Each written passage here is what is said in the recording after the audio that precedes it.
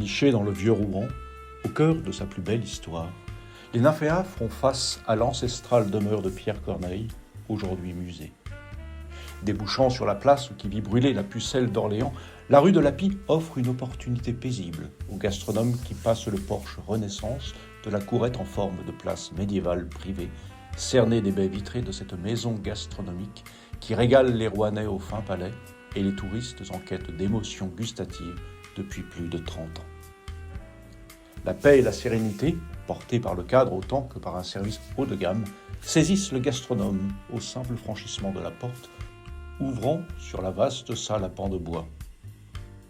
Le sourire de l'accueil vous conduit à travers les tables de blanc nappé dans des fauteuils contemporains et confortables, totalement fondus dans ce décor, théâtre de siècles de rencontres, de confidences et d'histoires privées, anecdotiques au regard de la grande histoire, mais qui ont fait et font encore la vie de cette salle, s'épanouissant l'été en ce qui est assurément la plus belle terrasse de Rouen.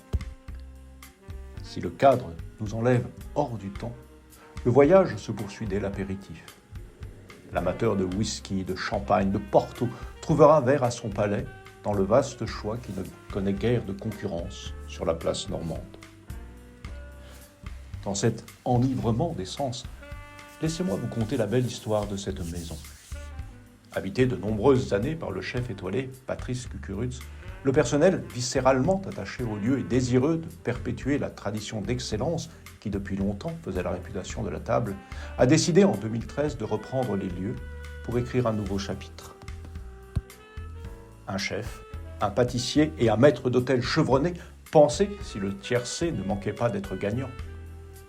Mais tout récemment, une nouvelle chef s'est imposée en cuisine, apportant son style et ses passions italiennes à la carte toujours empreinte de notre Normandie d'hier et d'aujourd'hui.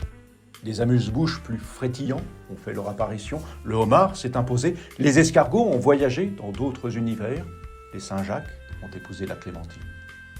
Le chef pâtissier, pour sa part, maintient le soufflet sur l'une des plus hautes marches du podium rouennais et décline avec créativité les fruits de saison.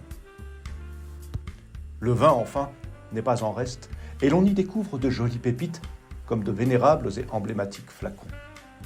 La Cormet Vin, pour qui se laisse vider, est à lui seul un voyage en première classe. Je n'en citerai qu'un qui m'a récemment émerveillé par sa perfection. Le Porto Grahams LBV 2016 et le plateau de fromage chèvres et brebis. De proche en proche, du palier souriant aux milliardises légères et savoureuses, le voyage se fait immersion dans le temps, œnotourisme et virée normande avec de belles excursions au soleil du sud. Nul doute que Corneille eût traversé la rue pour faire des nymphéas à sa cantine, y inviter Boieldieu pour s'inspirer ensemble des harmonies de saveurs qui ont ici élu demeure.